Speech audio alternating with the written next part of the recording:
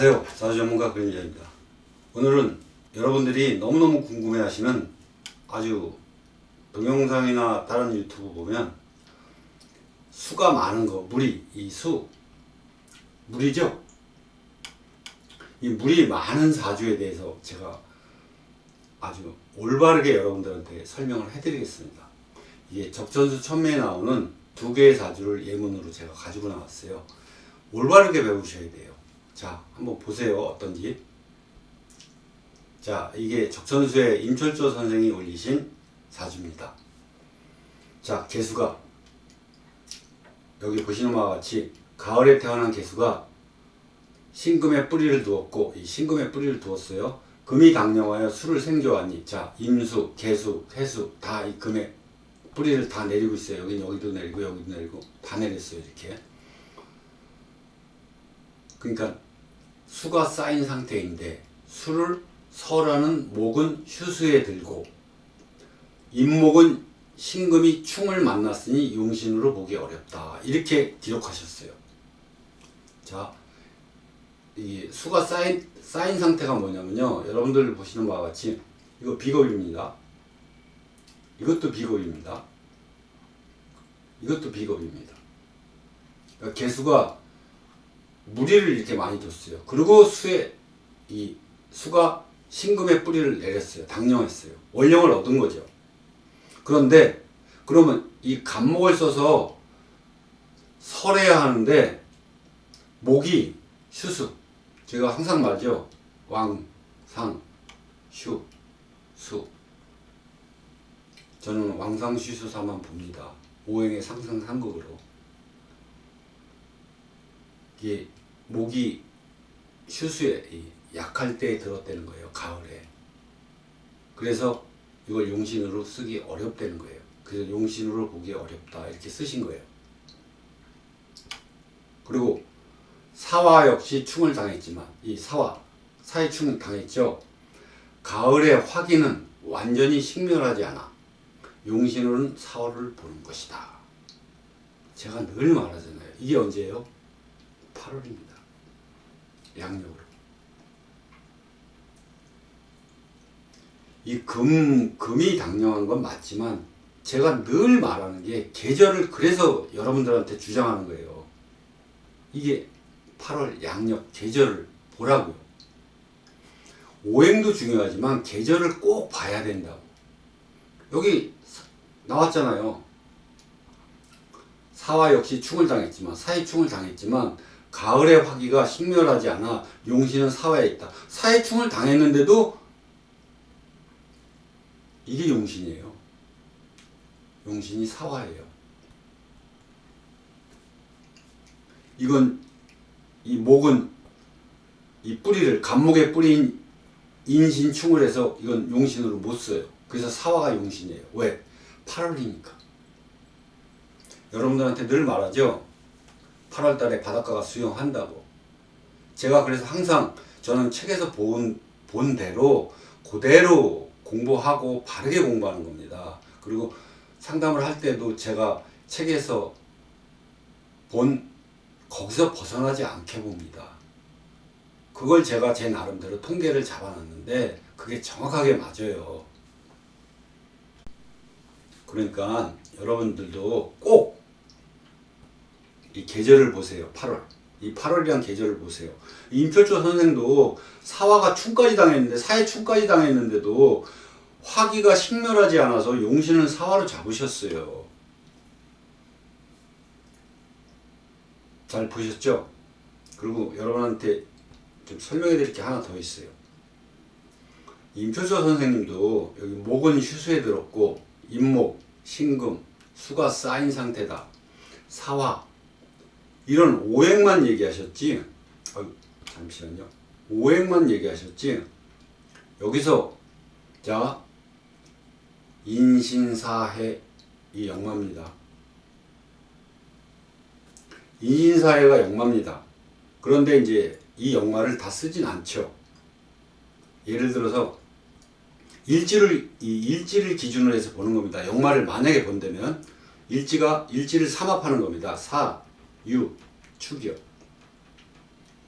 사화나 유금이나 축이 일지에 들어온 사람은 이 해수를 이 사화를 충하는 요 사화를 충하는 해수만 역마입니다. 요거만 역마입니다. 그래서 이 사주가 역마는 이게 역마예요.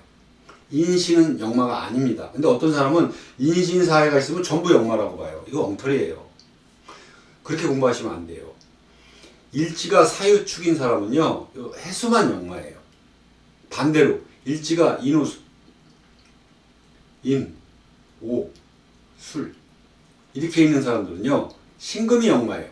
요 신금만, 요거만 역마예요. 만약에 일지가 인, 오, 술이면요, 요렇게 보시는 거예요. 역마를 보시더라도. 요건 또 망신살이에요. 근데 저는 이제 그런 거 안 보니까 여기서 말씀 안 드리는데, 저는 사명살도 안 봅니다. 이거 인사신 사명이에요. 근데 전 사명 안 봅니다. 저 괴강도 안 봐요. 그런 거 하나도 안 봅니다. 오로지 상생상극 요 상호작용만 봅니다. 여기 임필조 선생님도 목, 휴수, 임모가 인신충, 수가 쌓인 상태에 사화, 화기 이런 것만 보셨잖아요. 그래서 이 비겁이 이렇게 충만했는데, 그리고 당령을 얻어서 수가 강합니다. 그런데 인신충에서 요건 용신으로 못 써요, 목은. 그래서 용신으로 보기 어렵다. 이제 임필조 선생님도 그렇게 말씀하시고, 여기 사화가 충을 당했지만 용신은 사화로 보는 것이다. 그래서 요게 이제 용신으로 쓰신 거예요. 왜? 이때가 8월이니까. 덥잖아요. 8월.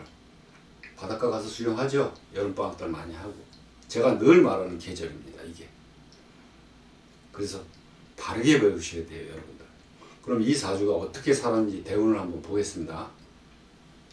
자, 사주를 그대로 갖다 옮긴 거예요. 그리고 대운이 이렇게 있어요. 대운이 해자축, 북방. 자, 해자축으로 왔죠. 북방 수운으로 나아가 갑화신망하였다. 북방으로 운이 흐르니까 해자축. 이 겨울이죠? 이 북방입니다. 갑화신망. 가세가 다 파하고 일신도 망쳤다는 거예요. 그리고 여기서 기묘무인, 이 기묘무인 20년 동안 동방운으로 목운으로 부조하니, 자, 사화를 부조하니 그런 대로 먹고 사는데 걱정이 없었다. 그러니까 용신이 확실한 거죠. 이거 충을 당했어도. 근데 여기서 중요한 게 하나 있어요. 사화가 용신인 건 확실한데 왜 그런 대로 먹고 사는데 걱정이 없었다고 했을까요? 딴 사주를 푸시면서나 아니면 이제 딴 것들은 이런 운이 들어오면 대부분 멀리 나가 뭐 10만 금을 벌어왔니, 뭐 수천 냥을 벌어왔니, 아니면 뭐 과거에 급제했니, 뭐 관찰사에 올랐니, 이런 얘기들을 쓰는데, 이거는 단순하게 그런 대로 먹고 살았다에, 그거 그렇게 단순히 안 썼어요. 그런 대로 먹고 사는데 걱정이 없었다. 왜?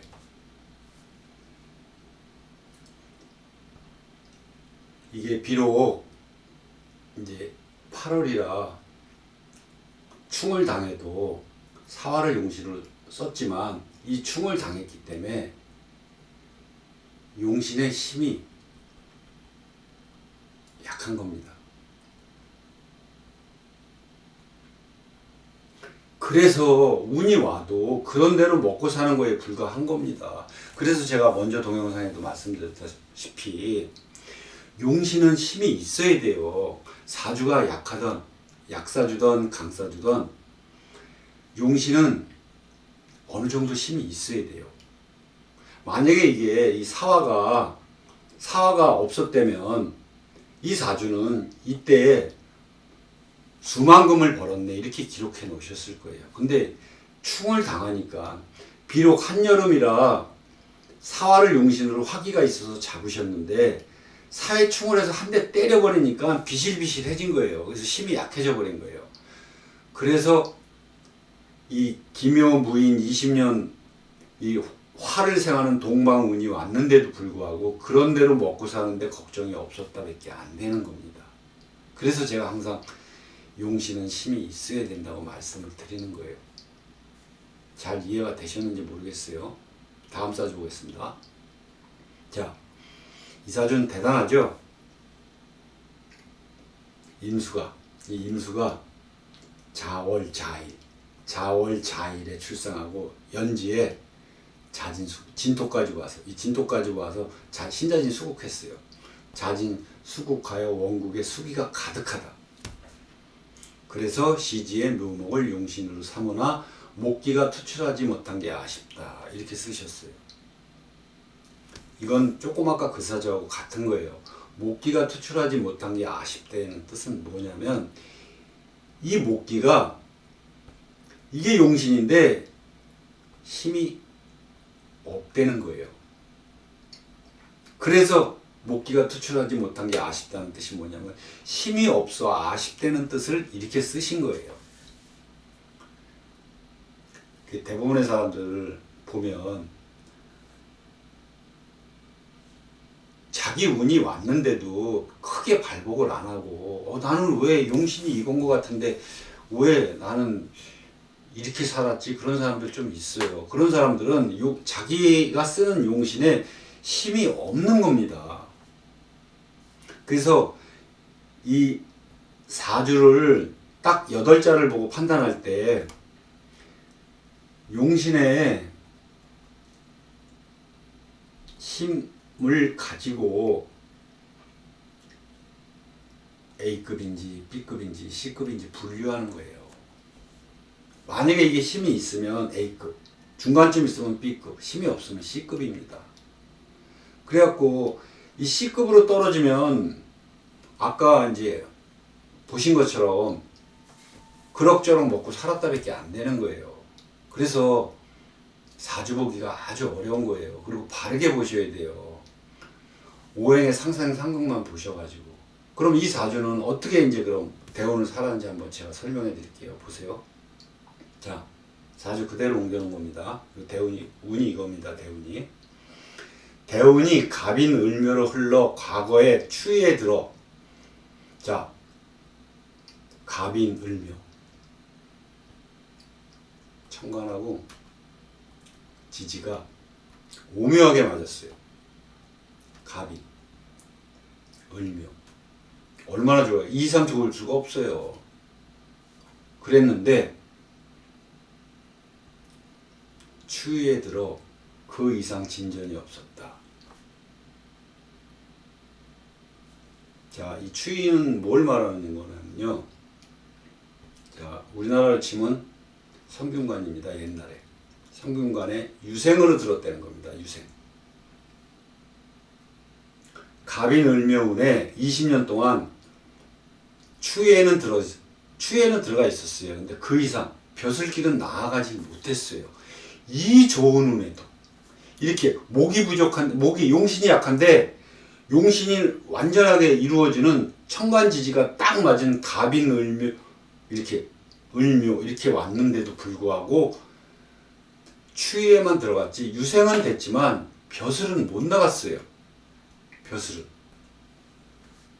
이게 용신의 힘이 약해서 그래요. 그러니까 여러분들도 용신은 왔다고 무조건 발복하는 거 아닙니다. 잘 판단하셔야 돼요. 용신은 왔다고 무조건 발복 안 해요. 그 용신의 힘을 보시고 이 사람이 어느 정도 부자로 가겠다. 어느 정도 급에 가겠다. 이 사람은 구급 공무원인지 아니면 행시를 패스할지 그거를 따지는 거예요. 이 용신의 힘을 가지고. 어떤 사주는 용신 들어오면 무조건 된다 그러는데 그렇지 않아요. 그런 사람이 태반입니다. 일반인들이 그런 사주가 아주 많아요. 이거 웬만한 사람도 이 사주 풀 때 이럴 때 예를 들어 공무원이 됐다는 동 아니면 만약에 이제 여기가 이제 10세, 20세, 30세면 예를 들어 30세에 큰 돈을 벌었다 이렇게 해석을 할 거예요. 그러면 안 돼요. 왜? 용신의 힘을 따져가지고 그 사람이 그 그릇이 되는지 안 되는지를 봐야 돼요. 근데 그렇게 설명하는 데가 별로 없어요. 이거 물이 많은 건 사실인데 물 많은 것보다 아쉽게 이 용신의 힘이 없어요. 여기 만약에 을묘가 이렇게 딱 왔다면 그러면 좀 괜찮죠. 아니면 이 임수가 여기에 간목이 딱 뜨던지요. 그러면 좀 낫죠. 그럼 아마 낮은 그 이상 진전은 없었다 보다 만약에 간목이나 을목이 이렇게 떴으면 낮은 벼슬이라도 했을 거예요. 그리고 남방대운에 이 남방대운에 수화교전, 수하고 화하고 교전하여 죽고 말았다. 이렇게 기록하셨어요, 책에.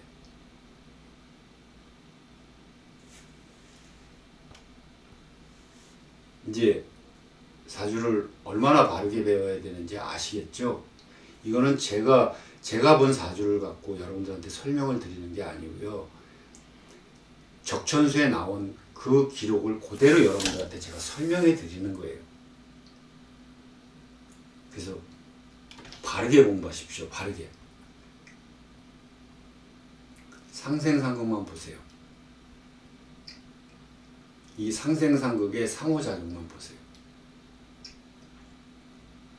뭐 원진살이 꼈네, 역마가 꼈네, 망신살이 꼈네,